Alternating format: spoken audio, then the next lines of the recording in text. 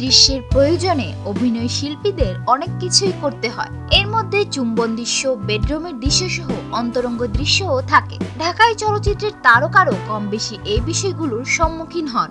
এর মধ্যে রয়েছেন অভিনেত্রী বিদ্যা সিনহা মিম। তিনিও এই ধরনের দৃশ্যে অভিনয় করেছেন। এই দৃশ্যগুলোতে অভিনয়ের অভিজ্ঞতা প্রসঙ্গে কথা বলেছেন এই অভিনেত্রী। এই প্রসঙ্গে মিম বলেন, সিনেমার দৃশ্যের প্রয়োজনে অনেক কিছুই করতে হয়। আসলে সেই হিসাবে চুম্বন দৃশ্যও কাজ করতে হয়েছে আমাকে। প্রথম বিষয়টি ভীষণ লজ্জা পেয়েছি। ইউনিটের সবার অনুরোধে চুম্বন দৃশ্যের কাজ করতে হয়েছে।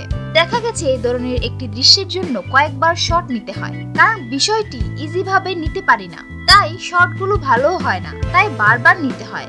এছাড়া বেডরুমের দৃশ্যেও অভিনয় করেছি। তিনি আরো বলেন, অনেকদিন আগেই আমি ভালোবাসা এমনই হয় সিনেমায় কাজ করেছি। এই সিনেমায় আমাকে বেডরুমের দৃশ্যে অভিনয় করতে হয়েছে।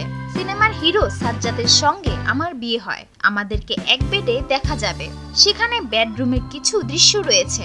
বেডরুমের দৃশ্যে কাজ করতে অনেক কষ্ট হয়েছে। তিনি বলেন, ভালোবাসা এমনই হয় সিনেমাটিতে রোমান্টিক, বিদেহ, কৌতুক সহ সবকিছুই রয়েছে। দর্শক দেখে পরিপূর্ণ আনন্দ পাবেন। এই সিনেমার একটি আইটেম গানে আমি নেচেছি। এটি আমার প্রথম আইটেম গান। কোক স্টুডিওতে এই গানের শুটিং করা হয়েছে। আশা করছি দর্শকদের ভালো লাগবে। বিনোদন জগতের আরো নিত্য নতুন খবর জানতে আমাদের চ্যানেলটি সাবস্ক্রাইব করতে ভুলবেন না। লাইক, কমেন্ট, শেয়ার করে সঙ্গেই থাকুন।